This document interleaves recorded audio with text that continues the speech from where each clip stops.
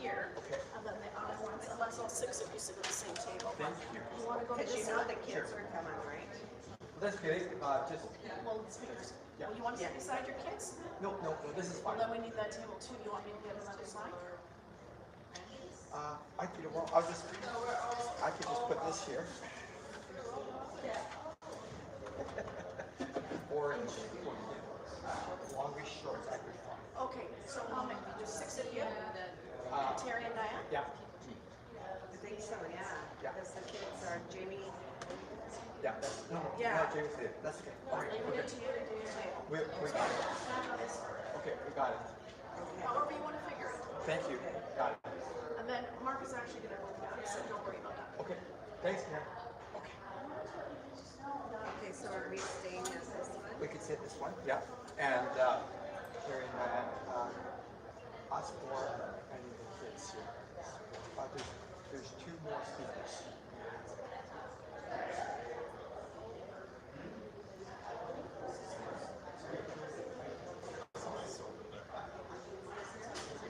And then that's all we need. The kids can sit. So this could be the kids? And then up to Spencer's name is James. Oh, I didn't know about that. She was last time. So let's leave that one.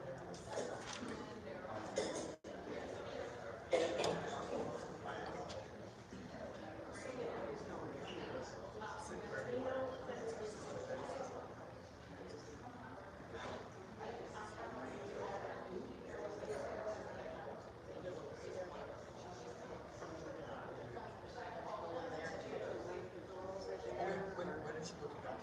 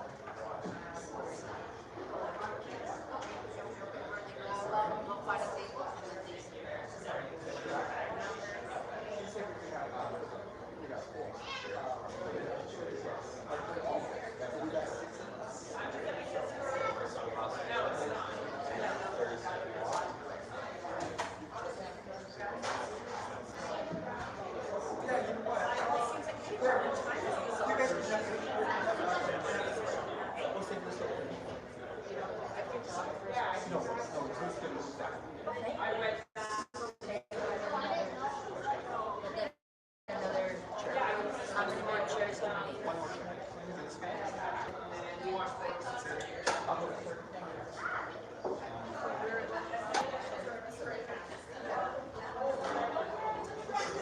I'll try to stay on the way it this looks. This looks official.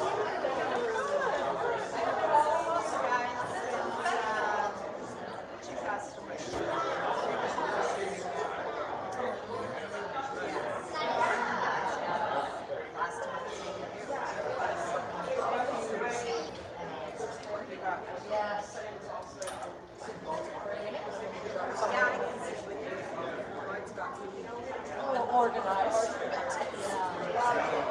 I want to go see it. Say hi. I'll just sit here holding your place.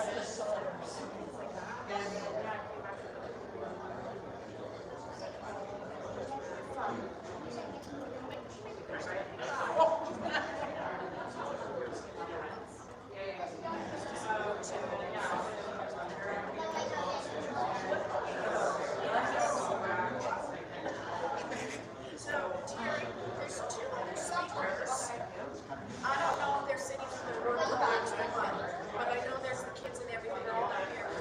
So I guess the three tables between you guys, there is, and the other two speakers. They don't stand there. Where they got the two sides. See outside of the speakers. Thank you. Anyways, the kids can come and sit with you guys. Absolutely. Absolutely. And then, where are you sitting? With you and Lloyd. Oh, okay, we're sitting. Coming from your family. Just the two girls? Well, they're, Katie, Jamie can't get here till 3 o'clock. Oh, okay. Yeah. So, okay. So we've got enough. That was nice. So this purse.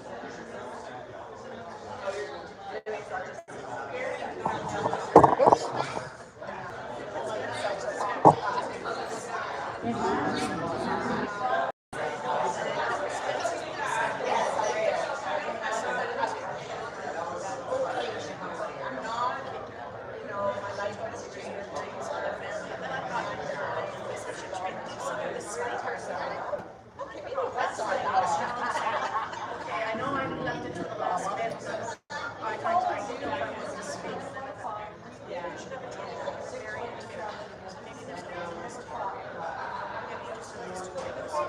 How easy it is to get along with these two, right? Yeah.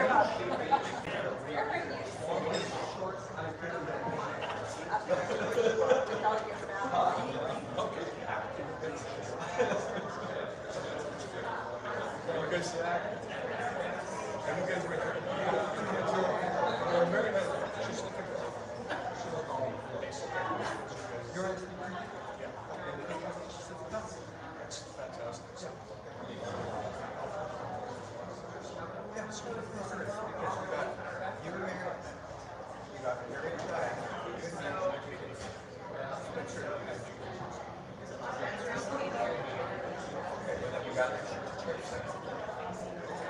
the surfer down. Yeah. I think nobody will take the orange jacket.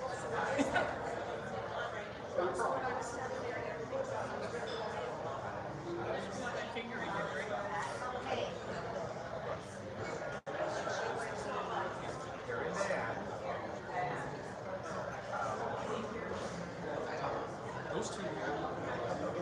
Those quick Chris and Spencer over there. Right. And then there's so there's a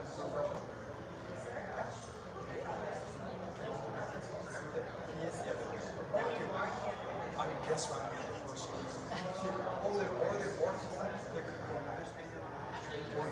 She says just two. I guess the sisters and the so that we'll leave the two. I'll just sit down and have my bigger cups. Cheers. Cheers.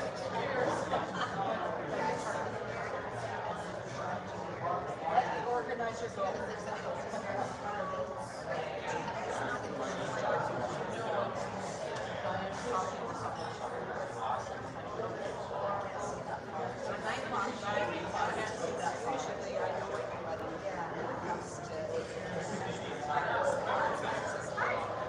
How are you? I am good. How's the meeting going?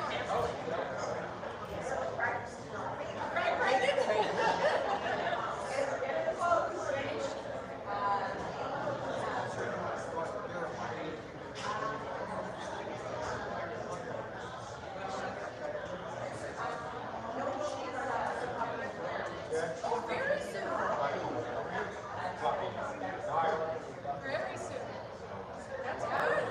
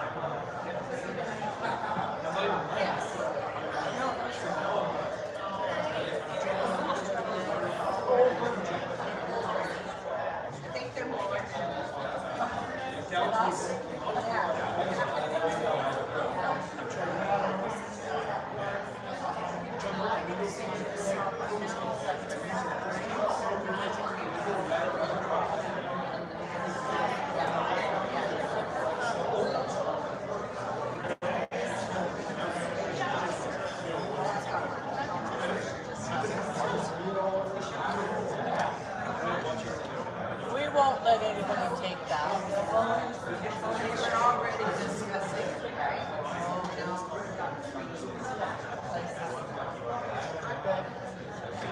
So baby on the way. Baby on the way. Yes.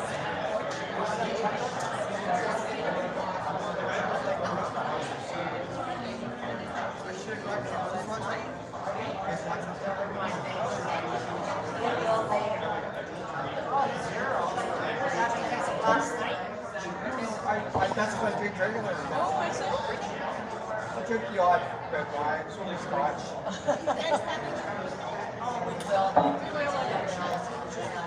What minutes we should start? I know I'm not in charge.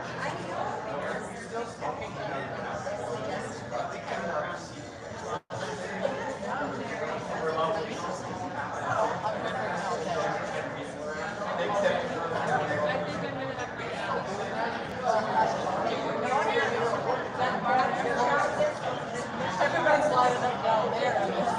That Marshall's.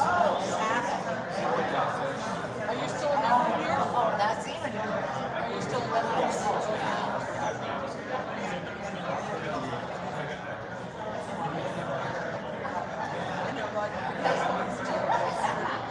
I did too.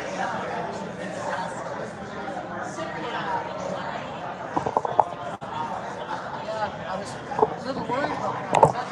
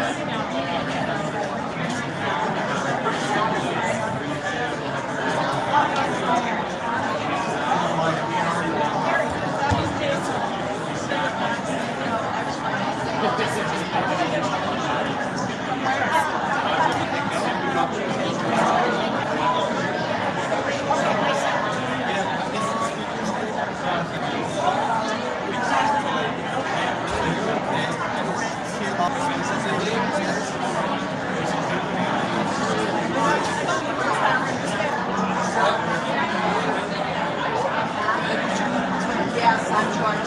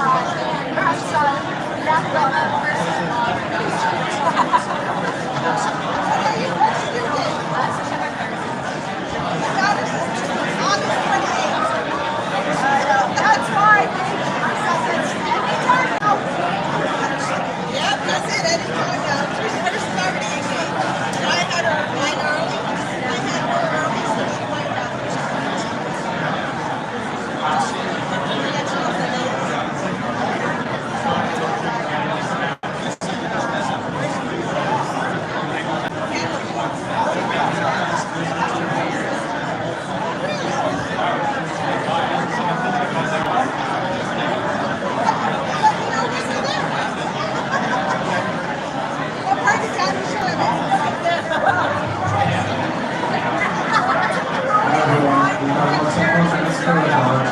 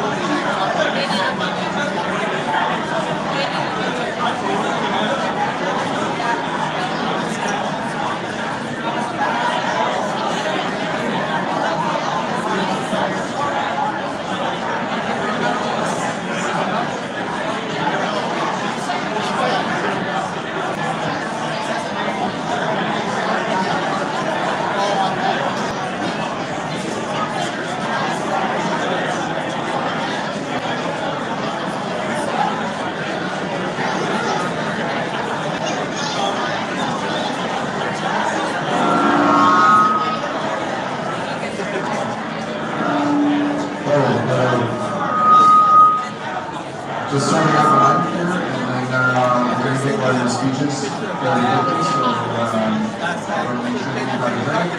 Let's get settled in, and we're going in a couple minutes.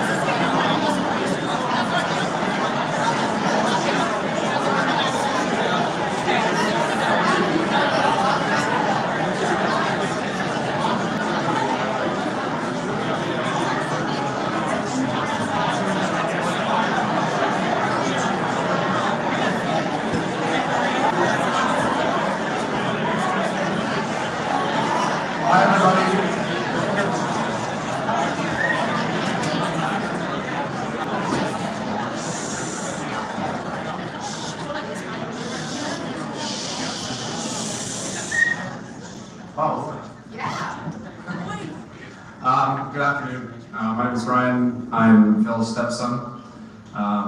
We're going to get started with the speeches here. The bar will be closed during the speeches.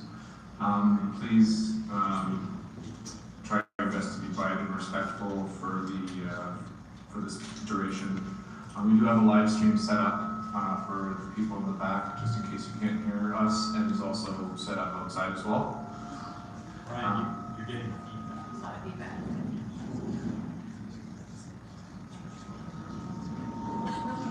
I don't know.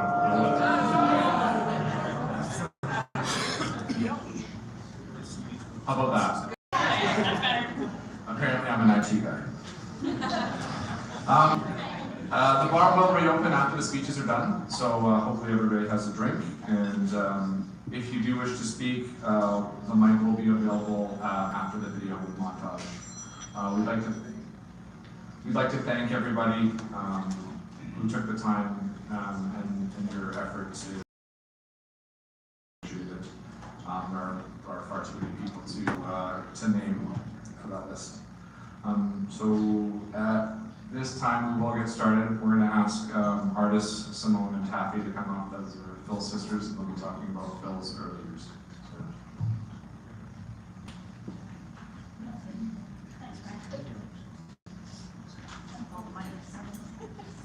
I forgot they're all short. Just like Phil.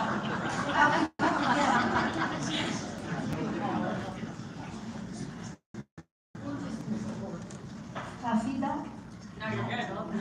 You're good looking. Shucks. Okay, we can get through this. This is amazing for a number of people. Wow. Phil has so many friends. Anyway, hello everyone. We are amazed at how many friends, colleagues, and family Phil had. Yeah. We are Phil's sisters. I'm Taffy, this is Artis, and this is Simone. And also with us here today is my husband Murray, And Simone's children, Derek and Mike, which some of you know. Derek is Phil's godson. And Phil has shared his culinary skills with Derek. Pretty very nice. And Michael has his wife Rachel and their daughter Lily with them, as well as Phil, which is very nice. As well, we have many cousins and extended family here. It's really nice to see everyone. And on that note, with the live stream, we also have artists' family in Australia who are watching. So we've got Ryan and Shannon and Riley and Sam and Holly and Rico and Phyllis and Chuck. So hi out there in Australia. It's 6 a.m. for them. Okay, so we'd like to give you a look at Phil in his younger years through our eyes. Phil was the baby brother of 4 doting older sisters. He made the Jolly Jumper famous by spending countless hours in the front yard.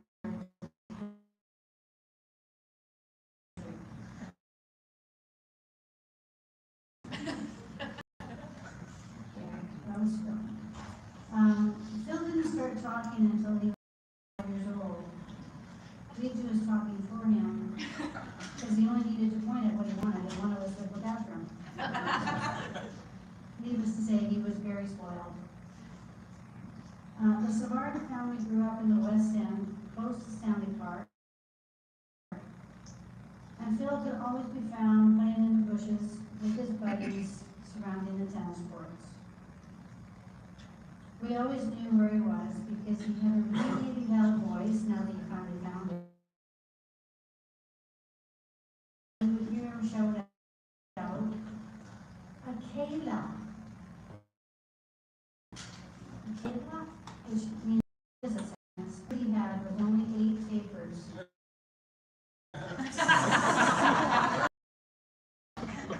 All delivered to residents.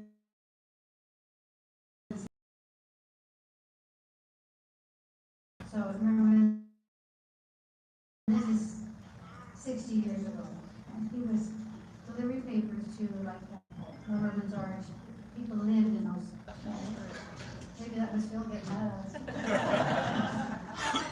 So, yeah, he wasn't paperwork. Anyway, about Phil and I getting lost on Mount Seymour.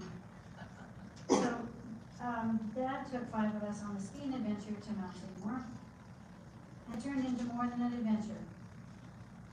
Midway through the day, Phil and I, and we were 6 and 9, skied down the bunny hill and kept going. Finally, when we finally stopped, there was no one anywhere near us. And it was snowing so hard we couldn't see more than 50 feet around us. And at this point, it was flat. So, anyway, it was flat. So, no matter which way we turned, all we could see was snow, and we didn't know which way to go. We didn't know which was up and which was down.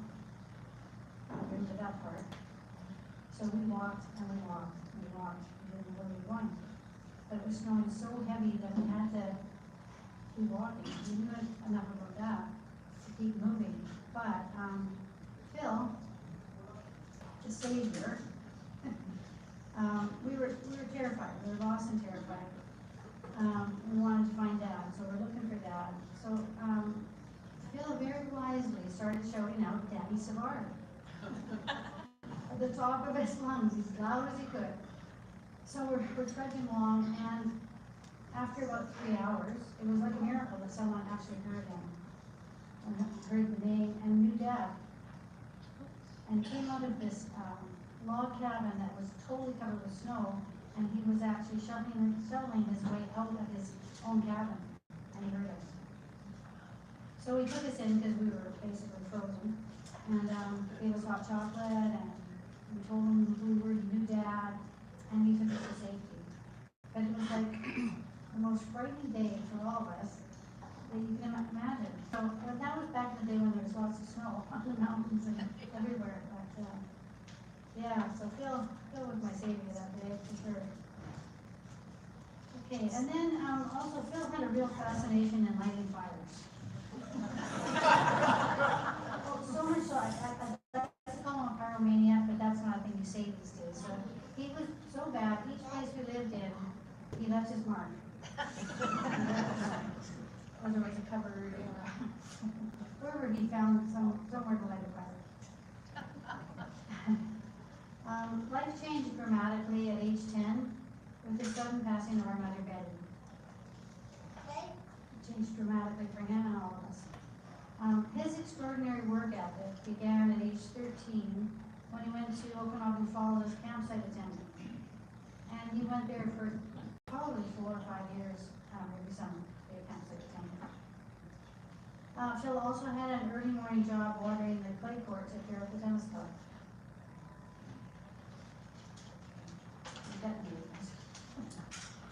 Phil attended Vancouver College from grades 8 to 12 and was an outstanding participant on the football team, also gaining many good friendships.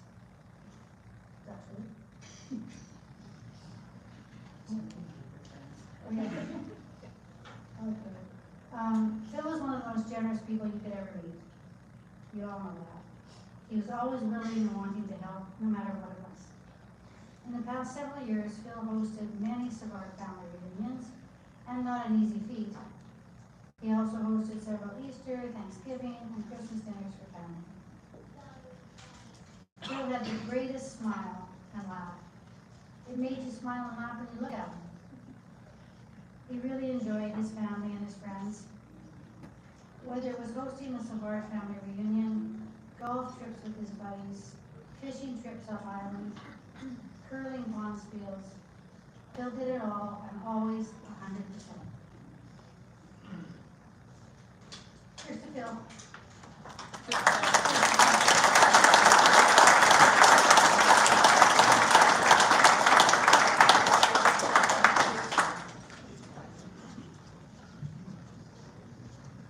Thank you, ladies. We'd like to ask Chris Young to come up and say a few words about Phil. He's been his best friend since high school.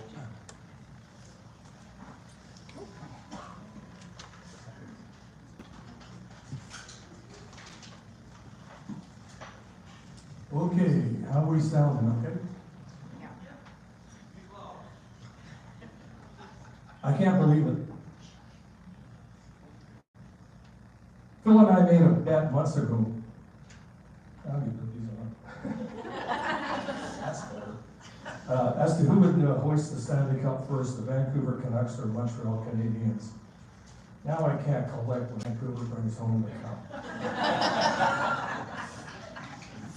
My name's Chris Young. I've known Phil for about 55 years.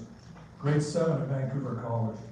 We argued about that. I said it was grade 8, he says grade 7. We had a great high school experience, but we both should have paid a little more attention to the education side of our time at Vancouver College. As it was alluded to earlier, Phil was a fast wide receiver on the football team. Being vertically challenged was never a factor for Phil.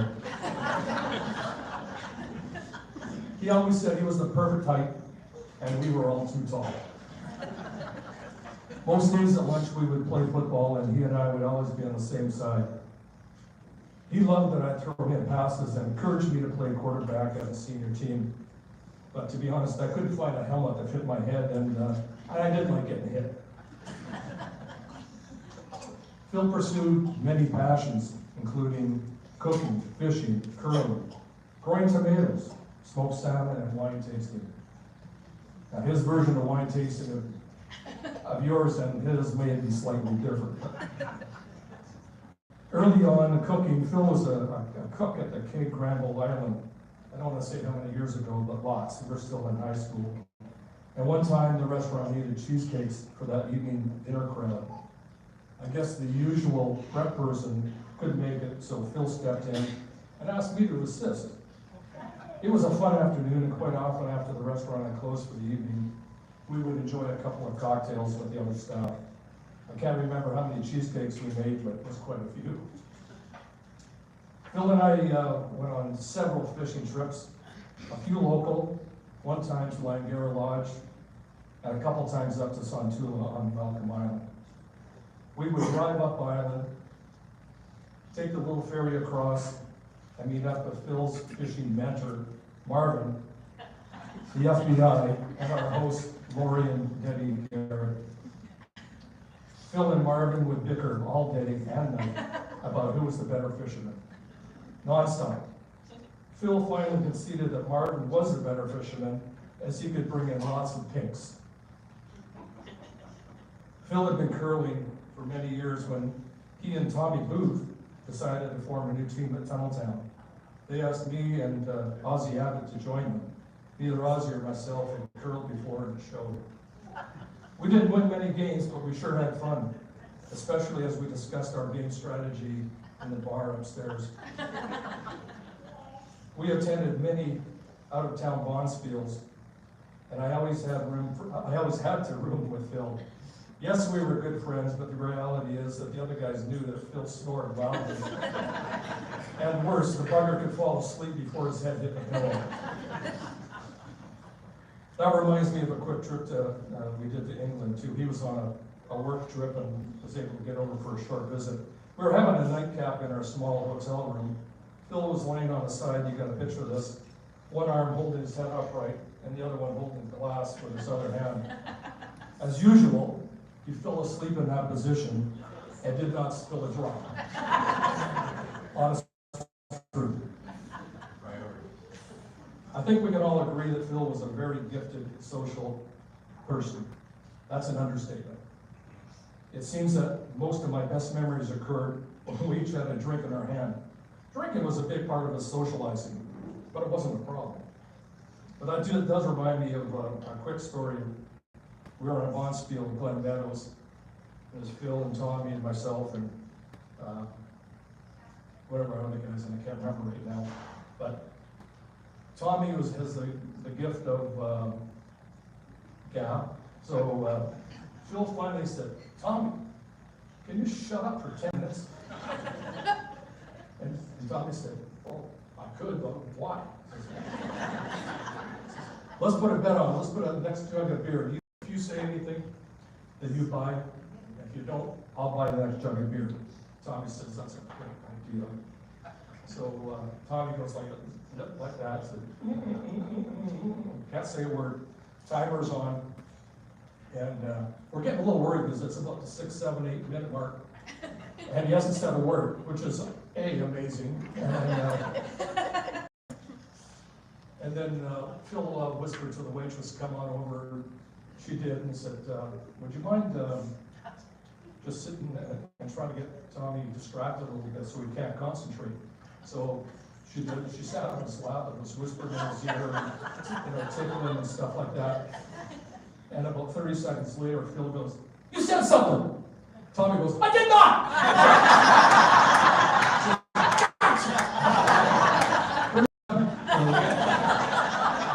That was fun. That was fun.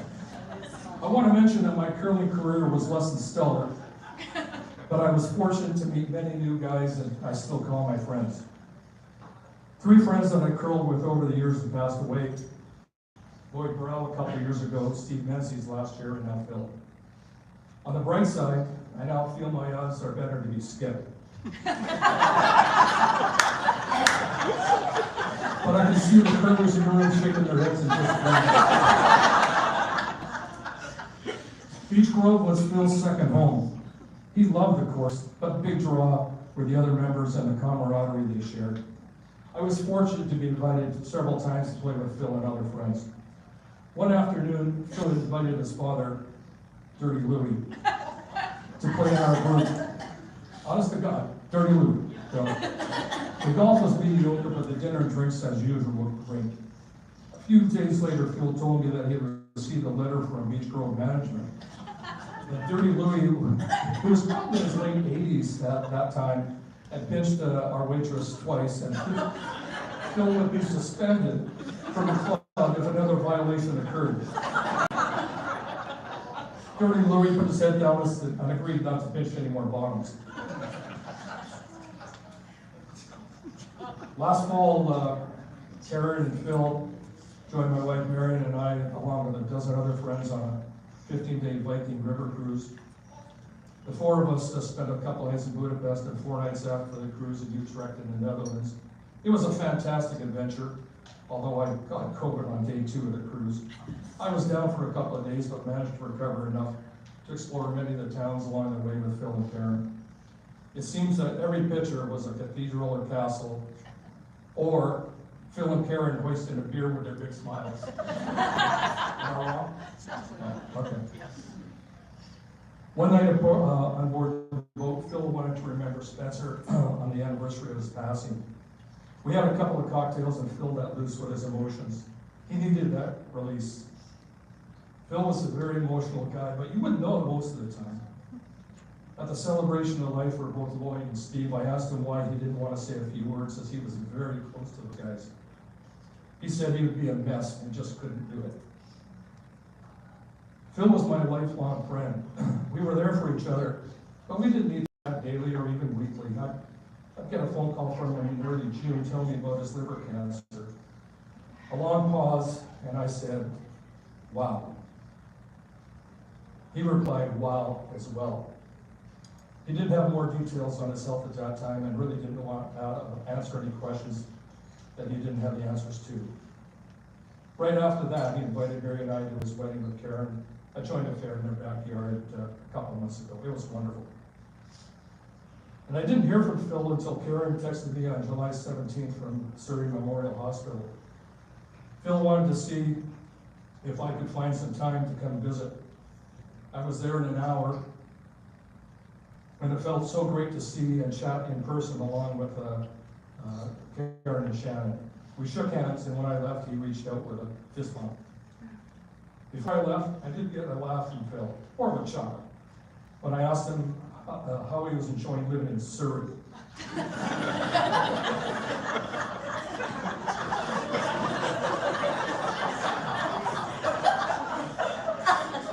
He had always given me a hard time for moving there 35 years ago. My last visit was on Friday morning, the 19th, about 9:45. I had an appointment in Langley later that morning, so I thought a quick visit to see my pal would be a good idea. It was a short visit, probably 20 minutes, as he was definitely in more pain and discomfort than 2 days earlier. About 2 hours after I left, Karen called to let me know that Phil had just passed. Years ago, Phil had asked me to be his executive. I didn't think much about it, as Dirty Louie had lived to almost 100. The only thing Phil told me is that he was setting aside some money to have a big celebration of life. Karen now has executive duties, but seeing you all here today fulfills this wish to have a big party as we say goodbye to one great guy. I know Phil is enjoying every minute of his celebration of life this afternoon. Thank you.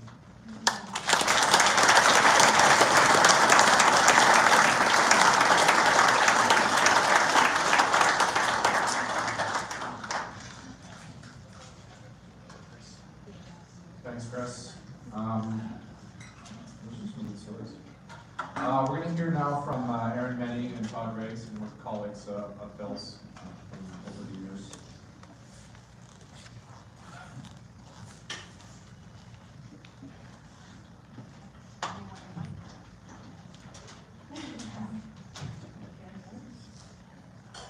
That's a hard one to follow.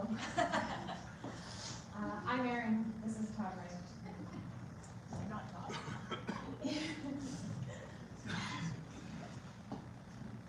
We're here to honor our dear colleague, Phil.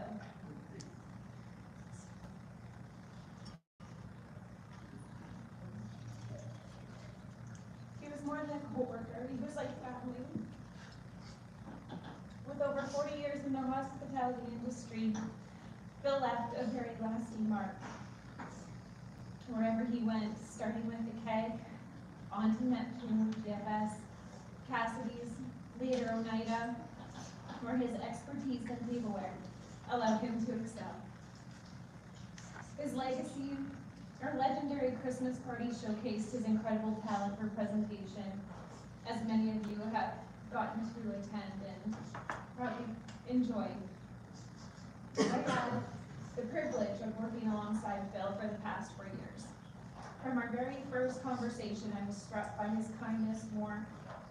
Despite our roles, he always treated me like a friend, and more importantly, like family.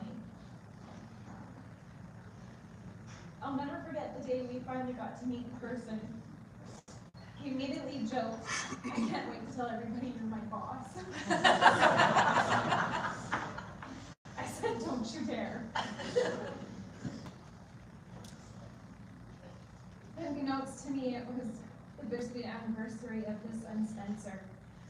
Yet he dedicated that day to showing me the beauty of the city, which he always bragged about. He was sharing stories. The paper route, he didn't tell me it was only 8 houses.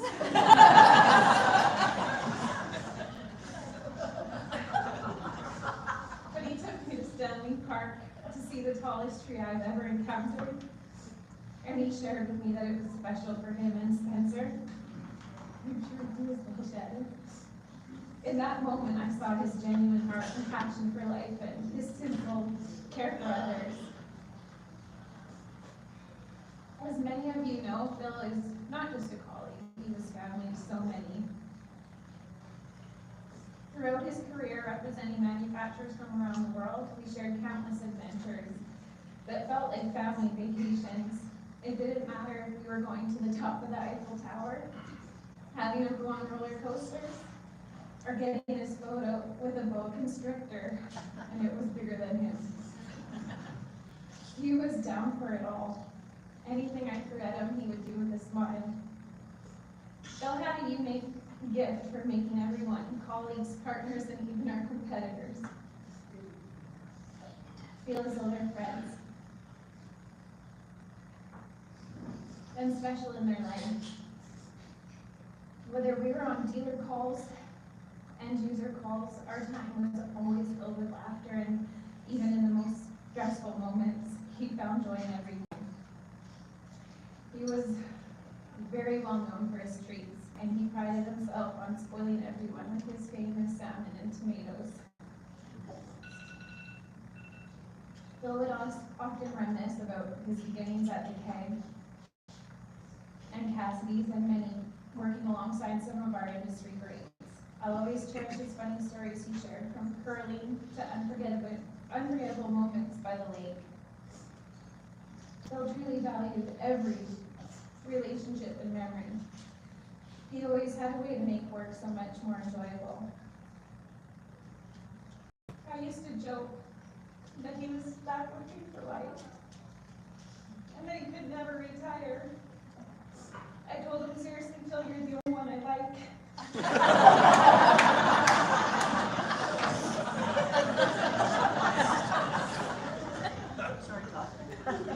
I love you.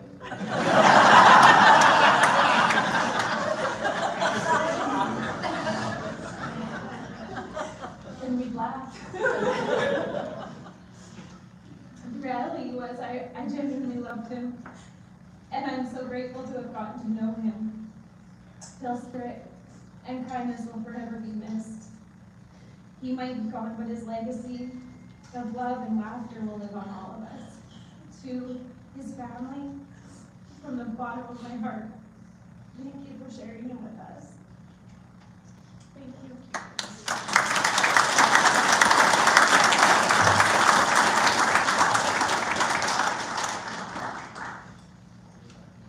Hello everyone. I see a few smiles. We should all be smiling, as it is a positive reflection of our friend. On that note, I've already gone off script, so you said it. I met Phil first in 1990, so I've known Phil for 34 years. It seems like yesterday. What I'm going to do is probably give you the words how I would characterize Phil, and tell you a couple of little stories just to round out the feelings that we've all heard. We've heard some great stories, so hopefully I can add to those.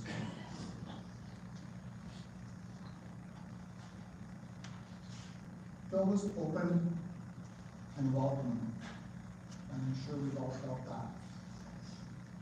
Although I met him or talked to him in 1990, I didn't actually meet him until we were at a convention in New Orleans. I was there with some other colleagues from Cassidy's, and I suppose Peggy, and we're walking down the street, and someone beside me says, "Hey, there's Phil." I was like, well, and all these people, how can you tell who this Phil guy is and where he is? But there's a very distinct voice, and then all of a sudden we see somebody running towards us with open arms, wide open arms, and Peggy, out of the blue, who has never ever met Phil, let alone talked to him, returns the greeting, arms open, they run probably 30, 40 feet to a hug in the middle of the street. And I can always remember that look in his face, how open, how much he enjoyed meeting people. And I can maybe add that there may or may not have been a little bit of alcohol involved. Wouldn't have been a little. Courteous and respectful. I can think of a lot of examples of Phil being courteous and respectful to friends, colleagues, people that he worked with. I did, however, have a little bit of a challenge though, because sometimes when something looks so true on one side, you want to look from the other side. Right? What's an example of when he was just a jerk out of the blue? I couldn't actually think of an occasion where Phil actually did something negative or said something negative about someone. There may have been the odd extended silence, but not a negative word ever was spoken. That respect for other people always came through in his personality. Phil was very creative. Through the last years, I leaned on Phil a little bit for support when I needed to solve a problem or needed some help finding a product. There's typically 3 responses I get from Phil. The first, he sent me an email with 2 exact matches for what I was looking for. Great, just made my life easier. Pass those on, pass on the pricing, everything was great. Scenario 2, I got an email with 2 pictures of something that I'm not even sure what they were. And my only reaction to that is, Phil's got something else in his garage he's trying to get rid of. The third, which is probably the most touching one, is that I get an email with a picture, a manufacturer's name, a code, description of how it was the perfect item, and then you add another name and phone number for a different broker, different manufacturer, something that he didn't touch, but was willing to put someone else forward because it was a better solution.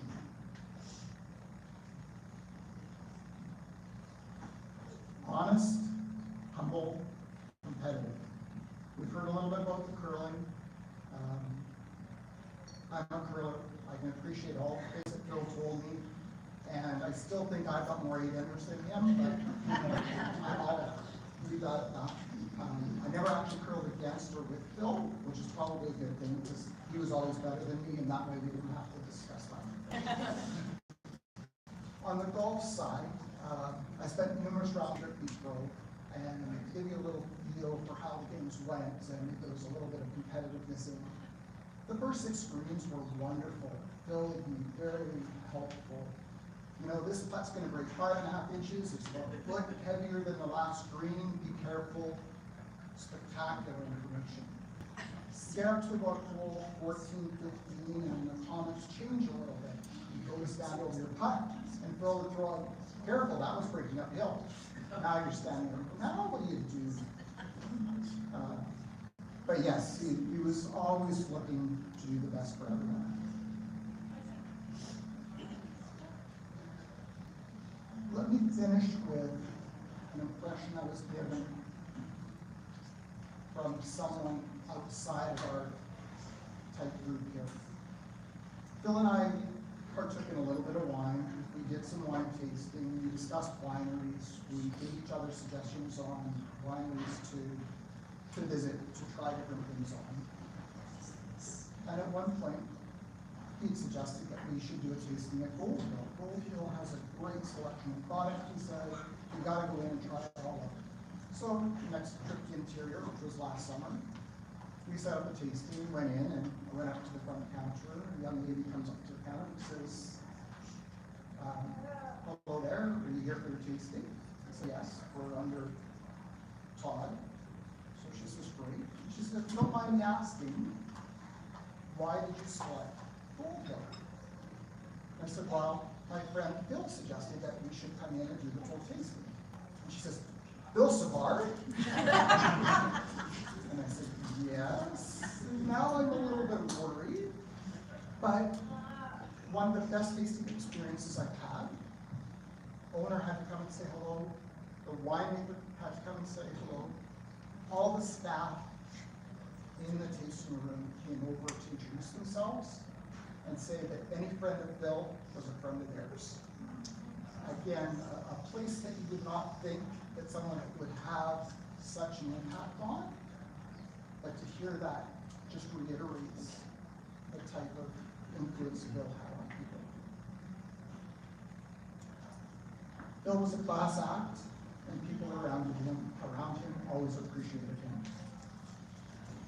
Bill passing definitely took me by surprise, as I'm sure it did for most of you here. Although I might not have had an opportunity to tell him face to face what he meant to me and how much of a friend he was, I do appreciate all the times we shared. And I'd just like to say that we should celebrate Bill as a great colleague and a dear friend.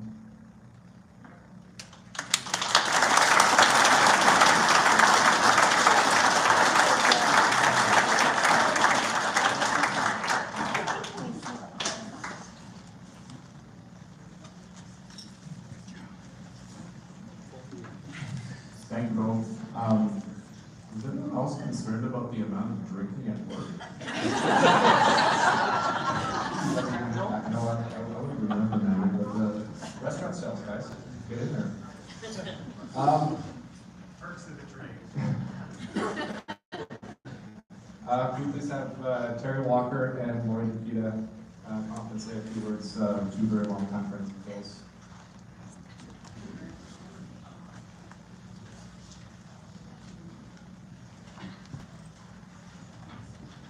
I'm Terry, he's Lloyd. In case you're wondering why our outfits were honoring a very bad, a time in Phil's fashion curling career where orange was his color. And baggy shorts? Mine are quite so baggy. Yeah, okay.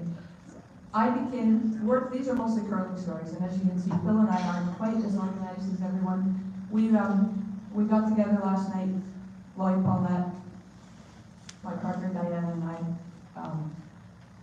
to go over what we were going to say tonight, this afternoon. Here's the book. There's nothing in it. It quickly digressed into one of our Friday night curling dinners. There was lots of stories, lots of laughter, and a little bit of red wine and some beer. And needless to say, nothing got written down. So we're kind of just winging it, but we do have an idea of what we want to say. I'm starting because I became Phil's curling wife in the early 2000s, I believe. Of course, we don't know any years because we're more focused on the good times. We weren't really keeping track of when they actually happened. So we did go back through the Tunneltown information and found out that, we found out when we had our good run as curlers. We played mixed together. Lloyd and I, my curling husband, and Phil and I, my curling husband, and Lloyd and Paulette. So we got together in the early 2000s. We had a pretty good run. We won some club championships, we won some good stuff, and we had a lot of good times. I will say that for those of you that never curled with Phil, He did have some bad things to say sometimes. And we always thought he was in charge. He was the skip. So we always made him think he was in charge. You know, and he'd go down to the end of the rink to throw his rock, and I'd be holding the broom. I played third. And he'd say, you know, more ice. I need more ice. And so I'd be holding the broom, and I would just move my feet.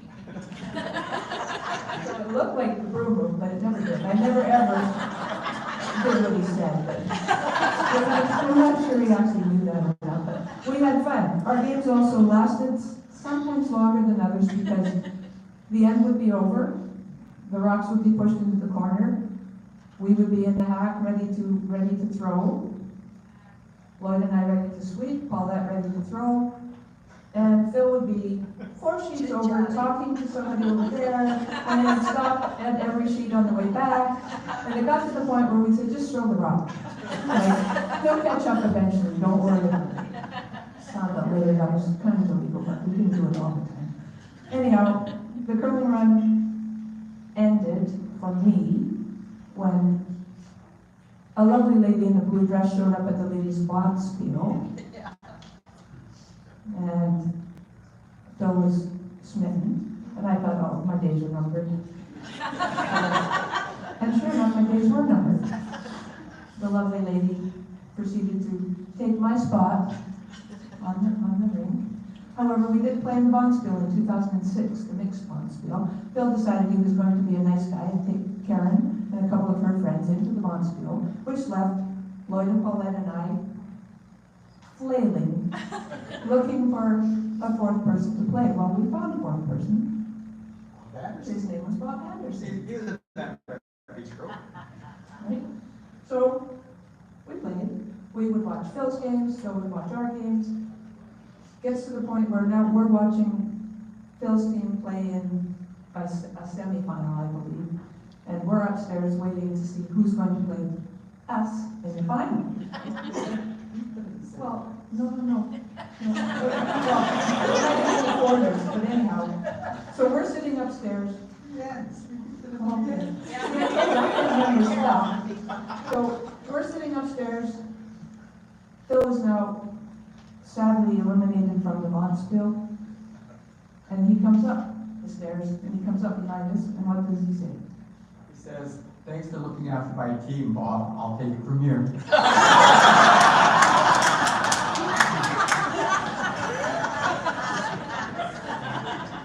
We didn't let him, and we won the bonspiel, so that was another trophy we won with Phil. So that's kind of the mixed part of it. I graciously stepped out of the third position, and once Karen became a permanent fixture, and I just adopted another team or quit playing mixed altogether, actually, because there was just nobody like Phil, really. So, Lloyd can address the men's side. They had way more things to talk about because they curled twice a week. I will add that Karen and Phil beat in a few times afterwards. Does anyone here know this, right? As winners? Yes. Okay. So, I have it on my phone, not on my phone. so thanks for everybody coming here. Has anybody that's ever golfed with Phil, put up a hand. Anybody that's curled with Phil, keep your hand up. How many of you know his nickname? This is a family program. One of the things, Phil brought me on, he moved to the golf course and he brought me out curling. Played with a team called Three Skips in the Lead. I was the lead. One of the things Phil taught me was it didn't matter, as long as you sat and had a drink with the other player, other team, that was the most important thing. Whether you won or lost, the best thing that Phil taught me was you always had to sit with the other team and have a drink. And we had a lot of drinks. He took me to the first bonspiel out in Glen Meadows, and I stayed at Marvin. And we eventually went from there to Port Alberni. And there were so many stories about Port Alberni. But I want to assure the guys that what went on in Port Alberni is going to stay in Port Alberni. There's not going to be anything said.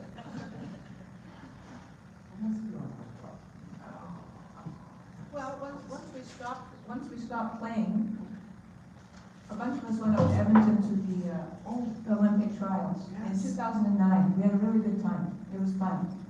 And when we got home and back to the curling rink, Phil was actually mortified that we had gone and danced with them. So needless to say, in 2013, the Olympic trials were held in Winnipeg. And so Phil and Karen joined the group. Lloyd and Christine Brow were with us that trip. There was 8 of us. And honestly, it was a lot of fun. And on that trip,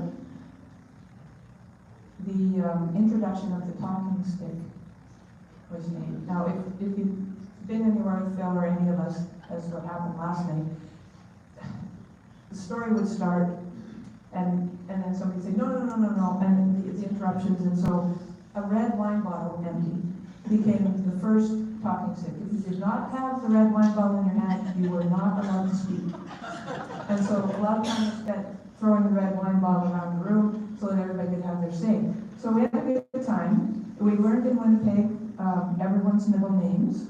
It was decided in an Irish pub that we went to because we were not paying extra to get to see the tiebreaker, which they didn't give us tickets for. So we went to an Irish pub, lined up the tables, the big TV, and decided that no one could address anyone by anything but their middle name. If you did not do that, you were persona non grata. We weren't paying attention. We got the waitress's middle name. We got all our middle names, and we proceeded from there to go back to the rink to watch the semifinal or something. Middle names only.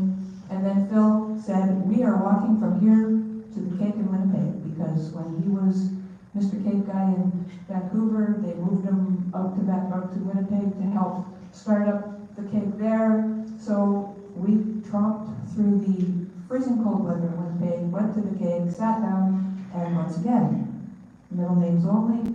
All the wait staff, anybody that came near the table, had to tell us the middle name. So we spent the entire day on a middle name basis only. So we got home from there. That was 2014. 2017, next trip is Canada, Ottawa. And in Ottawa, we were introduced to the newest talking stick, much smaller, sleeker, easier to handle. We're in the hotel in Canada. It's got a sports bar attached to it, go figure. So we are, after a hard day at the rink watching curling, we tootle back to the hotel and we get into the bar, and it's getting a little late. And we're consuming copious amounts of Moosehead beer at the time because it was an anniversary, and you got little scratch cards for every beer you bought, and sometimes we should have brought those. Sometimes the scratch cards you get a little prize. Well, you got toques and you got hats and you got. We didn't get the glass. We stole the glass. But every single person had, each of us had 2 toques, and so we were giving toques away to people that weren't lucky enough to scratch the tickets. It was getting late, and the bar was about to close, but Phil said, I have my cooler upstairs, and in the cooler, I've got smoked salmon, and I've got the crackers, and I've got capers, and so we could probably just bring all that down here. And we could probably use the plates from the bar. We'll send Karen out to talk to the manager, because now it's getting to be closing time. So Karen very kindly talks to the manager, and now we have commandeered the bar. The bar is closed, but we're in it, the lights are on, we're still drinking. Phil has laid out this lovely snack for us. We're enjoying ourselves immensely. We almost had to go across the street to the 24 Hours Tim Hortons to get cream cheese to go with the salmon and the lost, but we didn't. So, anywhere we went with Phil, we were guaranteed delicious snacks. I learned from Phil, you could take big wine glasses out of any bar in the hotel and take them to your room. Who knew? So of course he wasn't drinking out of little plastic cups like the rest of us had. So anyway, we did that. Who got Phil's $10 off gift card? Okay. He's always walking around. Here's what you get. What was that again? Remember, he always walked around with his gift card, you get 10% off. Oh, yeah. No, they don't do that anymore. Probably because Phil gave too many away. Yeah. So that was Ottawa, Canada. We had again a very good time. Our last. Oh, I do. It's over there. We'll do that after. We'll do it after. The last one we went to was in Saskatoon, right after COVID. So we were still, we had our little mask and we were busing from the hotel. Again, the hotel had a bar in it. This seems to be a prerequisite. And we were in Saskatoon, and Lloyd this time was the bringer of the snacks. Right? We had lovely snacks in your room. We did have the talking stick. Always have the talking stick. And while we were in one of our late night recap sessions of the games all day, we decided that we were going to try and predict where the next Olympic trials were going to be and where we all had to plan going for the next one. So anyhow, we put our money together, and Phil, of course, told us he had an inside track because we all know that Phil makes best friends with complete strangers in the strangest places, and he would hop on the bus to and from the rink, and he'd get on and say, "I just talked to some lady who's way up in Curl, Canada, and she's telling me, all these stories," and he's repeating them, and we're like, "Sure, yeah, okay," and telling us, this is where they're going to be. The next one's, she's telling me where the next ones are going to be, so of course we didn't believe him, and we all threw in $5 and our predictions, and I've had this envelope in my drawer since we got home from Saskatoon. Lloyd wants his $5 back, which is why I had to bring it today. But anyhow, that was our last trip with Phil and Karen.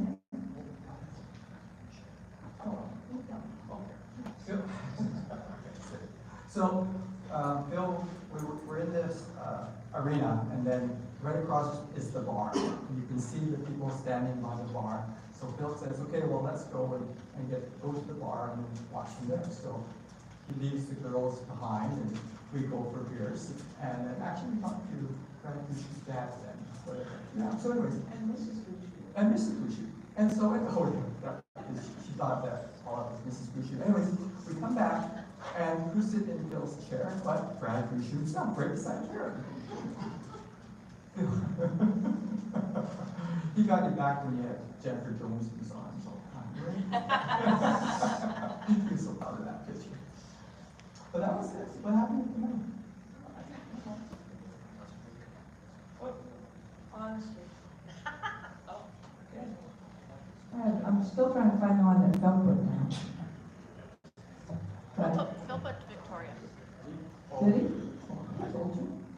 No, he didn't tell me. Well, we've got like Kelowna, we've got Kamloops, we've got 2 Kelownas. Apparently we have a Victoria.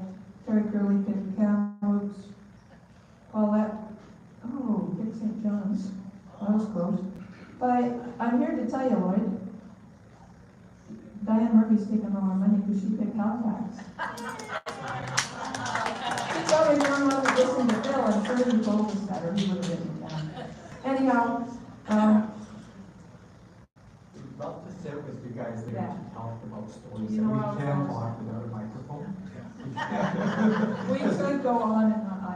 And well, and Phil always told me, always said, "Lloyd, it's not pick on Phil Day." Right? Yeah. It's not pick on Phil Day. But we will pick on him, but not turn the microphone. It's easier to talk about Phil, and then you don't cry. Yeah. Yeah. Who's the cry?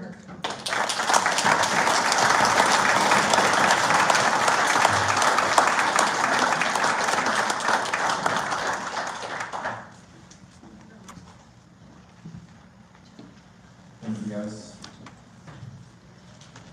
My mom's asked me to talk about Phil's life after high school and before he met her. So I know nothing about it, so.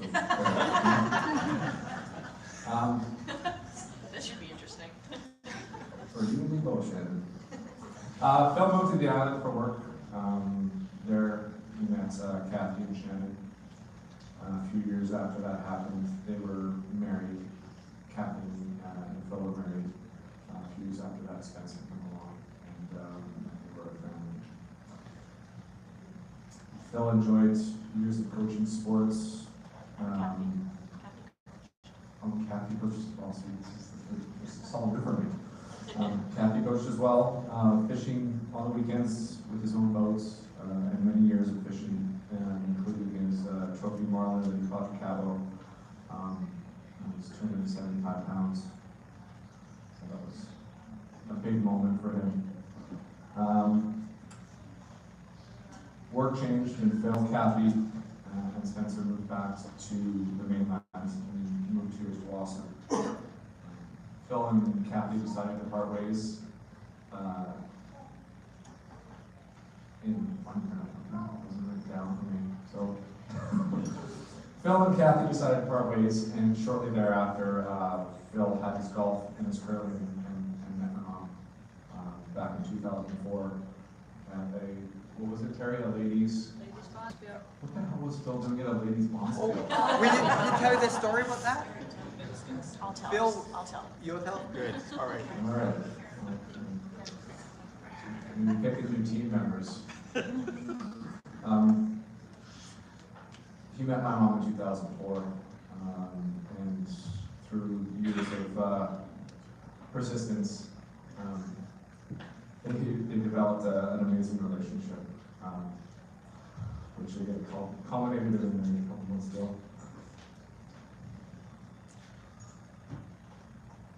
Sorry. We had a lot of great times with Phil.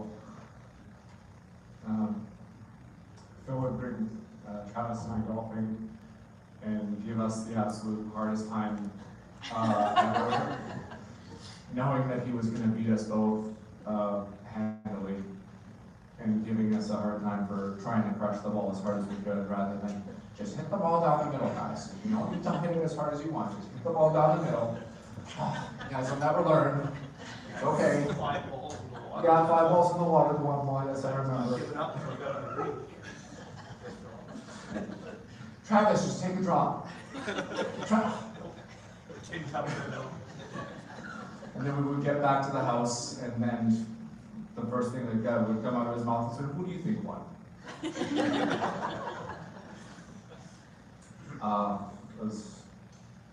Those were good days. Not so good day was in 2018. Actually, in this room for Spencer's celebration.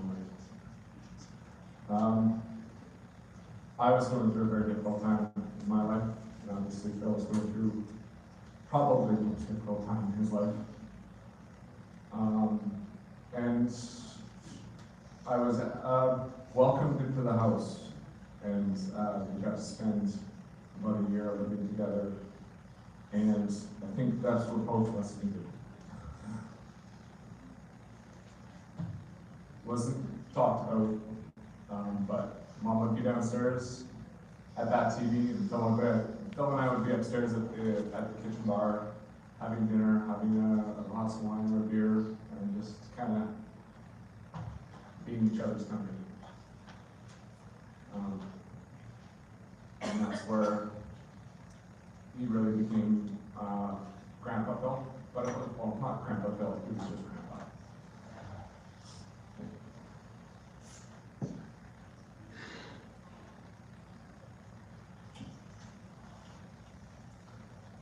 He was Grandpa, and he became an immensely important part of my life as a father figure.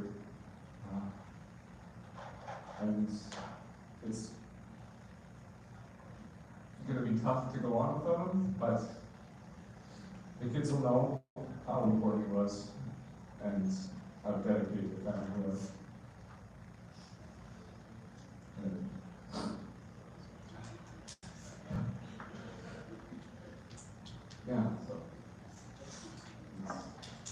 That's all I've got for that.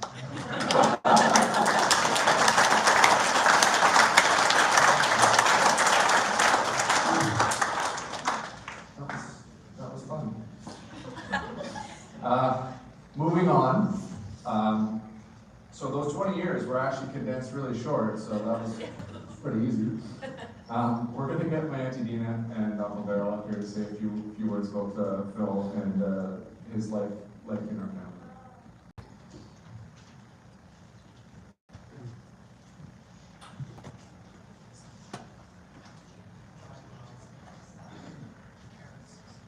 Hi, I'm Dina. I'm Karen's sister. This is Daryl, a brother-in-law. He's one of the 3 brother-in-laws that are in the family. And they all had to, including Phil, of course, and they all had to deal with the sisters. We were at one point called the Swill Sisters for various reasons, and we had a really good time. And Phil became a part of the family and was a really great guy. He was so generous. I know people have said that before, but he really was to the family, especially to my mom. And she would always bring him and Karen together. Of course, it's the 2 of them because they both like to cook. Would bring food over to mom, and during COVID, they would do that as well. I know that one of you mentioned the part where he was such. I didn't even know this myself until recently, that he used to go down to Skid Row and take. I wasn't going to do this, okay. And he used to go down to Skid Row and bring Thanksgiving dinners to people. He would make soup, turkey soup, and bring it down to people that I didn't know. And he would bring, this is the one I thought was, like, he was such a generous person, and I know the company's here, but he used to give us lots of stuff. And samples. And gave everybody a Swiss Mar, I remember the year he gave, early in the relationship, a Swiss Mar spatula and spoon, silicone, green or red. I have the red one. I still have it. I never put mine in the dishwasher, by the way. That's what makes them last for a long time. But if you go to my mom's place, Karen's place, Terry's place, Cindy's place, Joanne's, we all have the Swiss Mar spatula. So, and in the drawers of in the kitchen drawers, probably a few knives. Some of us have cutlery now, spare dishes that were from him. And honestly, I think of Phil, even, over the years. I live in Australia, I have some there. I remember him when I see that stuff, so it's really important. My sister Joanne wanted me to mention, because I think it's really important for everybody to know how he was such a great smoked salmon maker, smoked salmon person. I know there was another guy in the family that did it too, but there was a bit of competition between the 2, with Glenn and Phil, but they both made great smoked salmon, and Phil would always bring it at Christmas time in the cooler, and everybody would get their smoked salmon, so that was really generous of him that way. I unfortunately didn't see him as often as everybody else, but I really know that he was a wonderful person for my sister, and he was a great addition to the family, and I mean, seeing him, the kids on the pictures, and Karen and him together with the beers, yes, but the grandchildren, I know he was really special in their lives, and he will be so missed. Hello, everybody. I'm Daryl. I'm Phil's brother-in-law. I've known Phil for quite a while now. Anyway, when I first met Phil, I thought, hey, here's a nice, quiet guy. Boy, was I wrong. This guy, the salt of the earth. He's a cup half full type of guy, right? And surprisingly enough, he was a pretty good athlete, too. You wouldn't know it by looking at him, right? But he loved his golf, he loved his curling, and he was a great salesman as well. Very persuasive. One day he conned me into joining his curling team. I'd never curled before, but I'd seen it on TV. Anybody can do that, right? These old people are doing it, I can do it too. Well, I'd smack my knee on the ground. I'm going, how do you do this, Bill? Just push it. Well, needless to say, I lasted a year and retired. Then there was another year.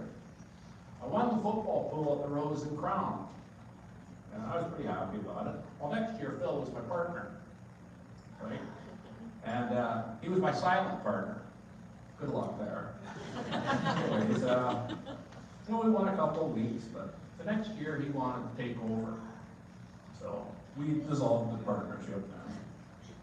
There was another time we went fishing in Cabell. And Phil was the type of guy where I know a guy. Phil? And he said, I know a guy for that. I know this guy. So we're going fishing. He said, I know a captain. He's the best in the friggin' Mexico, right? Well, okay, sounds good to me. I don't know any. Anyways, out we go on the boat and we're taking turns fishing, and my turn's up. The line goes screaming out. I call her in. I'm fighting this thing for half an hour, right? Big marlin. I get it up the side of the boat, right? And Gilligan, I call him Gilligan anyways. He comes running over with the big gaff and hooks the thing on. He's got it pulled up halfway up the side of the boat, right? The next thing I know, this captain, Phil's good buddy, he comes running, whack! He comes down, breaks my line, hits the fish, discharges the friggin' other gaff, we lose the fish, right? It's gone. I'm like, But Phil. And then, of course, my wife caught a little Dorado, and they lost that one too, right? Well, this is some kind of captain, right? Afterwards, Phil kicked him, give me $50 to tip him. But this is the type of guy Phil was, right? We give him $100 US, and I'm like, I wouldn't have given him anything, right? Phil. Anyways, he used to host a lot of good parties, as everybody knows, and there was the COVID drinking party, as a few of you guys used to go over there, and he always made us feel welcome, right? I'll tell you what, he's the best brother-in-law I have. And he's made me a better person. And I think he's made all of us better today.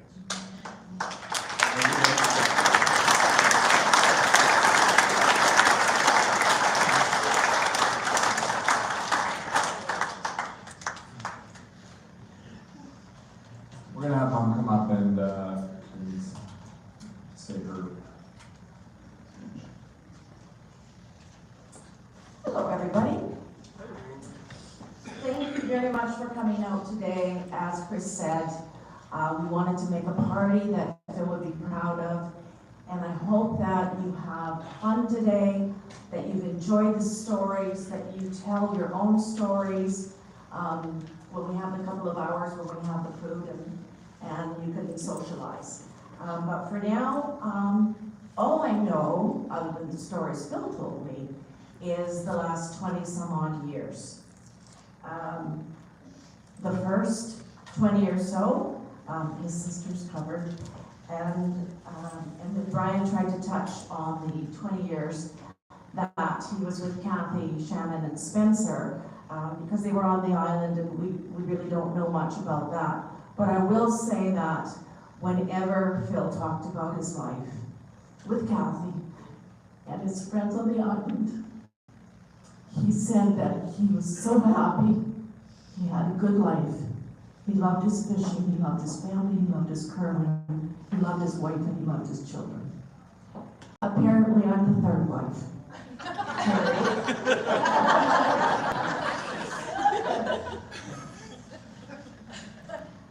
Today, I would like to touch on family and friends, and then I'll just follow it up with a little sentiment at the end. Where do we start with all the stories, all the people, everything that Phil touched? Well, I'm starting with my story. And as Terry said, we were at Curly Monsville. I was a novice skip. I didn't skip. And 3 of my friends from Richmond said, we want to go in this Bonspiel in Tsawwassen. We just need a skip. I said, I don't skip. I won't be very good. They said, we don't care. We just want to go in the Bonspiel.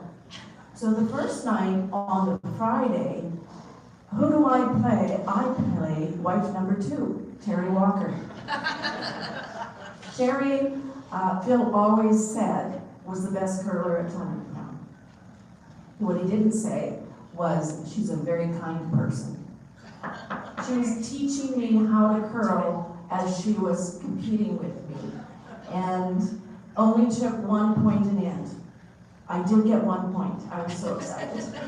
We played the 8 ends, and Phil always talks about it because that was his team, so he was watching, and he'll tell me, he goes, I was watching that Friday night and I saw this cute girl with jeans and runners sliding out on her knees. And he says, and then I sat with you guys on Friday night when you had beers. And I went, okay. Okay, you did. I do remember him on Saturday night because he was the MC in his tux and I was the girl in the blue dress.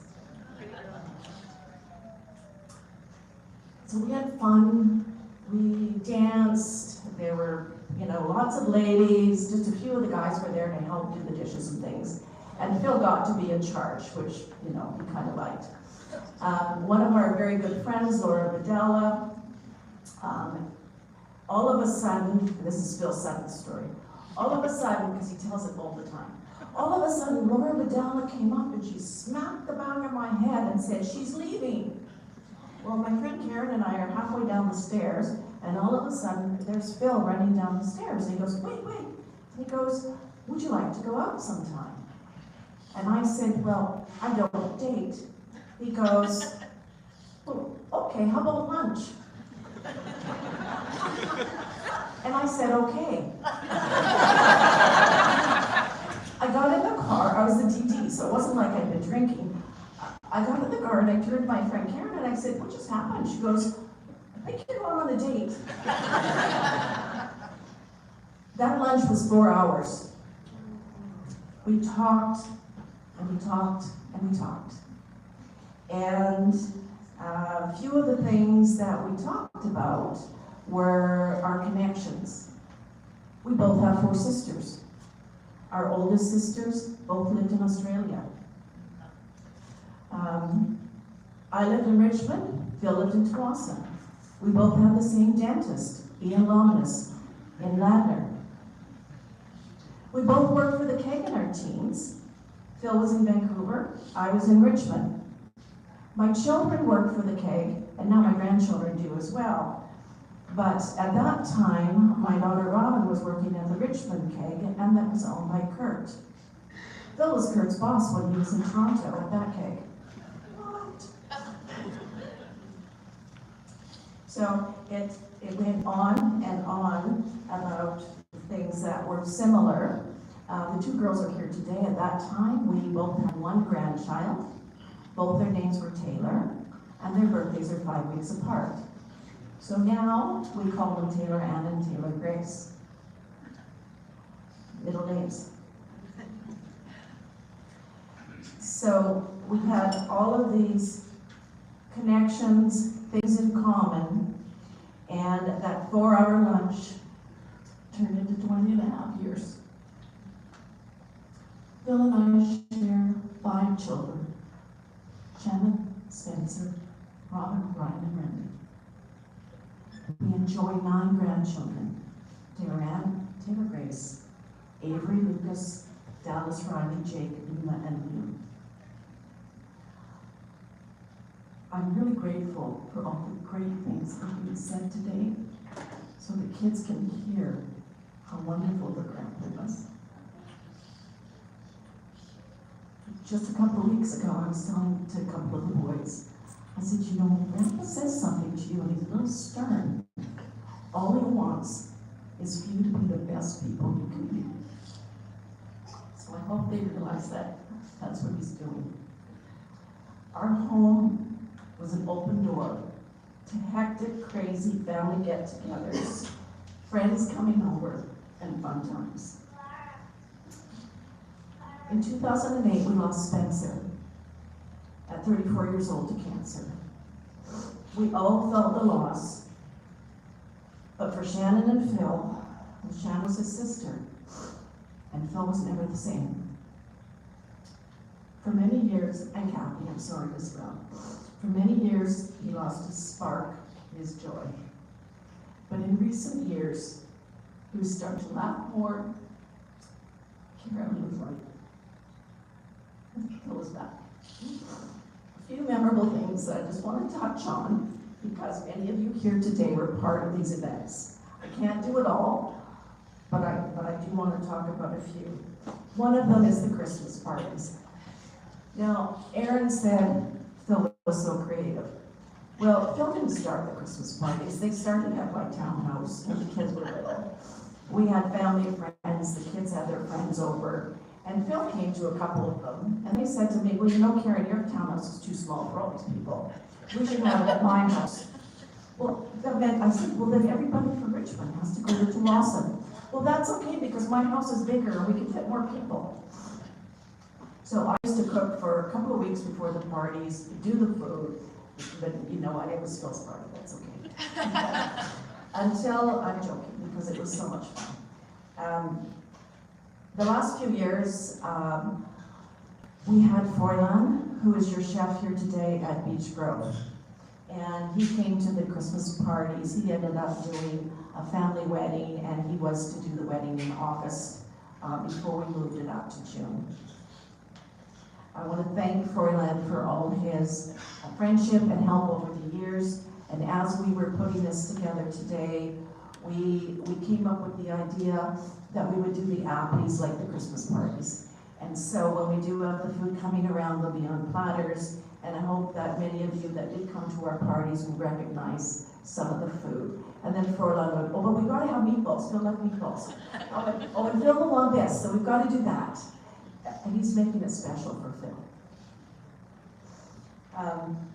One of the things about the Christmas parties, and some of you might have been on this list, top 10, I won't say anymore. In September, the boys started doing corn shucking, and thank you very much to Pete. A lot of the work was done by Phil, Steve Menzies, Steve Laravel, and I understand there were a few other people that came as well. But these gentlemen did a lot of work. I know that Phil would be so overjoyed to get in a truck and go out with Pete and get the corn right off the stalks. And he actually said to me, well, I didn't really do much, it was mostly Pete. But I appreciate that annual thing that Pete does. I want to talk about DWAI. DWAI means a lot to a few of you in the room. That means don't worry about it.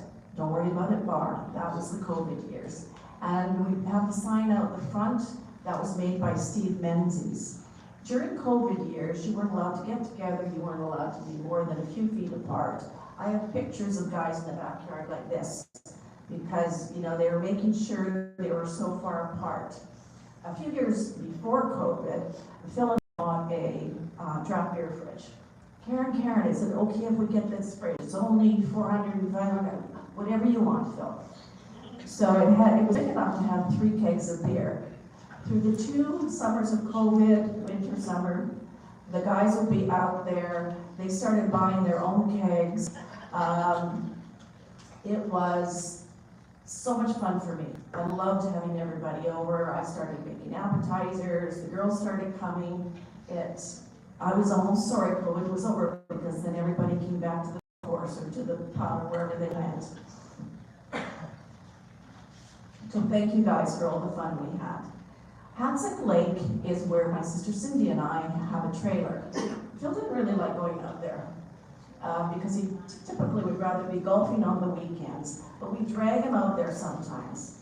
And this is where his competitiveness sort of comes to play, because we'd be playing bocce with Cindy and Daryl, we'd be playing euchre, and Cindy and I would be partners for the cards, and Daryl and Phil would be partners. Cindy and I, it didn't matter how much cocktails we had or afternoon drink, because as soon as Phil and Daryl started squabbling like married couples about their card game, we knew we were going to win. Many of you know that Phil and I have done a lot of traveling. We've gone to Cabo San Lucas many, many times. Puerto Vallarta, a few cruises. The most memorable cruise was in 2017 when we went with 10 of our good friends through a 10-day Caribbean cruise. That was a lot of fun. We also had many trips to the Okanagan, again with a number of you here. Sometimes a small group, sometimes a big group, sometimes just Phil and I. And the funnest part was just driving down the road and puttering into a fruit stand. What Terry said about sending Karen to talk to the bar, send Karen up to the room to get the food, which I brought, by the way. Send Karen over here. Well, when we were looking for a motel, he'd pull up and go, okay, off you go. I negotiate for a living, I'm a realtor. So I go in and go, it's okay, we got it, and I saved you $10. There were multiple trips to Chicago, Tampa, Los Angeles. The one to New Orleans I didn't go on. But I met many of the work colleagues at these trips, also at the trade shows. I loved meeting everyone and helping fill out at them. We have some his colleagues here from Alberta, throughout BC, that have come today to honor him. And I want to give a shout out to Steve from Alberta, my co-chair at Disneyland. Steve and I, we knew Disneyland like the back of our hands. There were 5 of us, and Steve and I would be going, okay, we're running, we're getting a fast pass, you're in line, we're here, and we just had the most fun like little kids. Our 2 really big recent trips were in 2022, when we went with Bill, Aaron, and the work gang to Luxembourg, Germany, and then Aaron, Phil, and I continued on to Paris. Yes, we went to Disney World.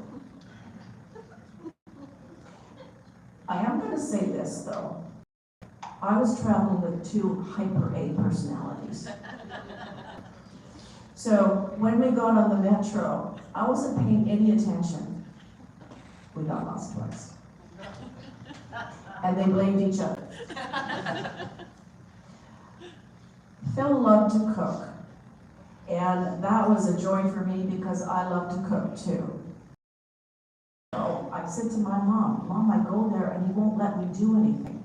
She says, well, you've been a single mother, you worked a lot. She says, sit there, have the glass of wine and let him do everything.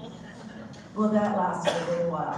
What we started doing is we had great nights where we would play cards, we'd drink a little wine, Phil was the protein guy, and I was the sauce girl. So he would print out recipes in the morning, and they'd be on the cupboard. What do you think of this? What do you think of this? We really had such a good time cooking, playing cards. In fact, about 10 days before Phil passed, he said to me, would you like to play a game of cards? I said, yes. I owe him 72 cents. Daryl's already touched on how Phil knows a guy. Well, this is the kids. I know a guy. I know a guy. I don't know Phil's guys. And then it's breaking down. I'm like, I don't know the guy. Who's the guy?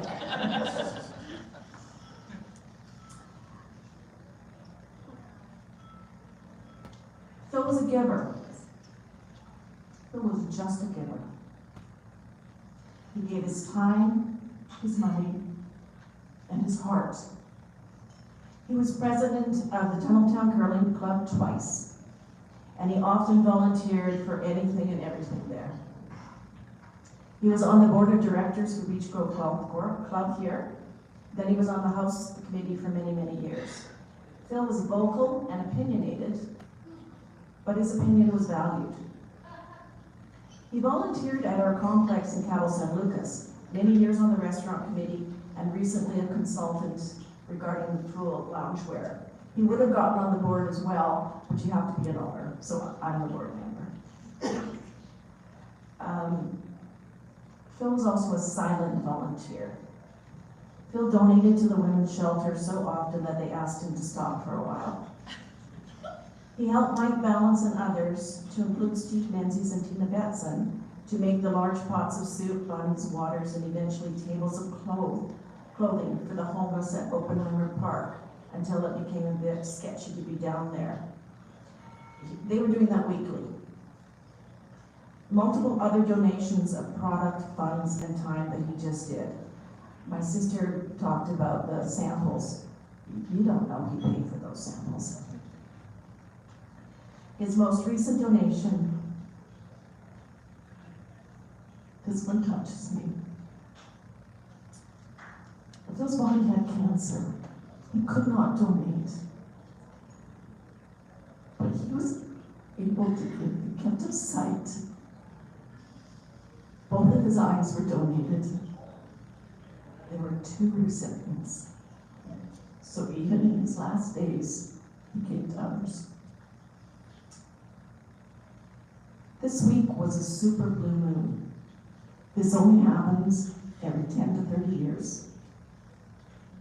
Phil was a once in a blue moon type of personality, I'm sorry. He was once in a blue moon. When do you meet somebody like Phil? Not often.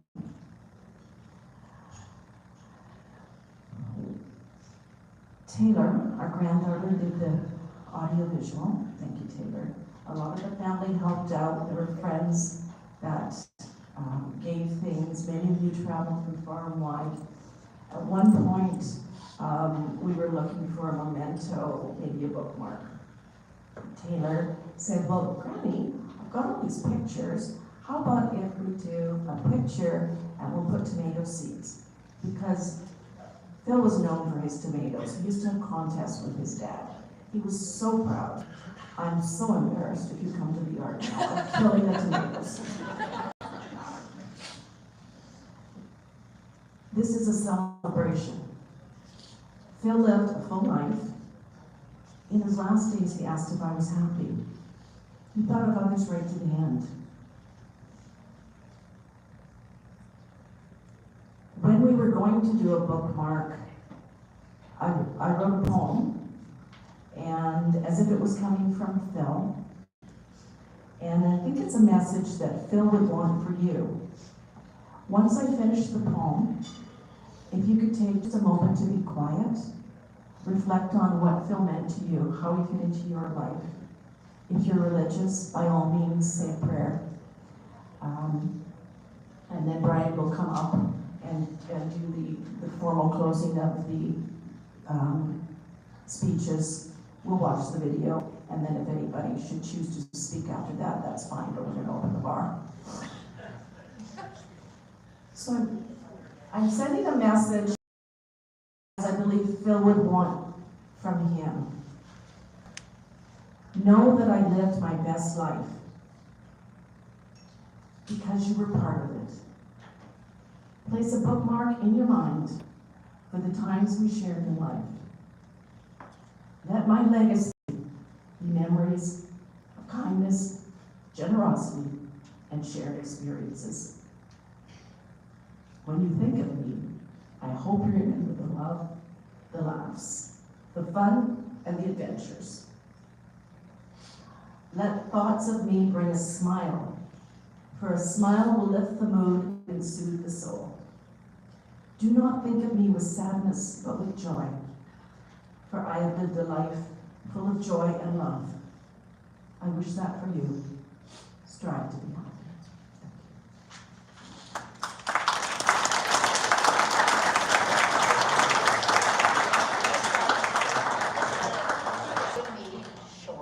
Because everything's been pretty well covered. My name's Kathy Savard, Phil's first wife. I want to pass on my condolences to Karen, Sharon, Taylor, and the entire family. It's very hard to lose somebody that was so important in my life. And for a long time, and we remain friends. I got to read all of this because I think it's time that everybody can get to the bar. Being part of the Savard clan has been a huge and wonderful part of my life. When she phoned July 19th from the hospital to see that Phil had passed, suddenly, she only said one thing: I'm heartbroken. That's exactly how I feel. And I will always feel. He was a big part of our life. And when we lost our son in 2018, I know that people grieved him every day. But being part of the celebration is huge to me. And thank you, Karen, for that. And just at Spencer's celebration of life,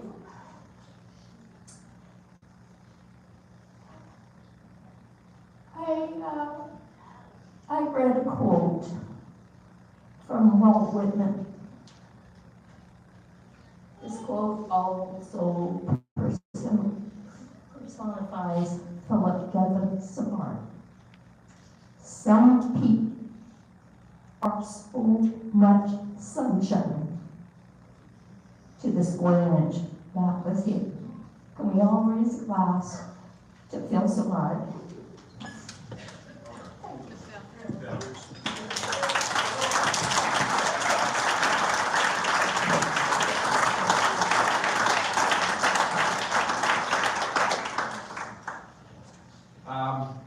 I'd like to thank everybody that took the time to write something and do something up here for Phil.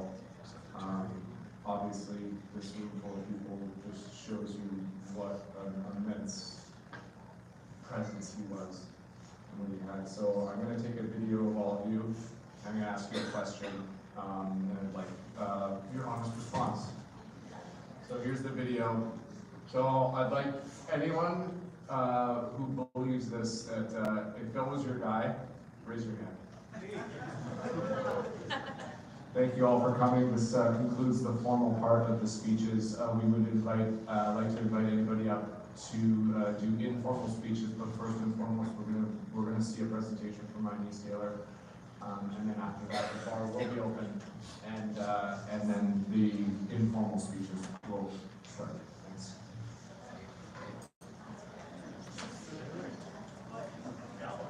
After the presentation.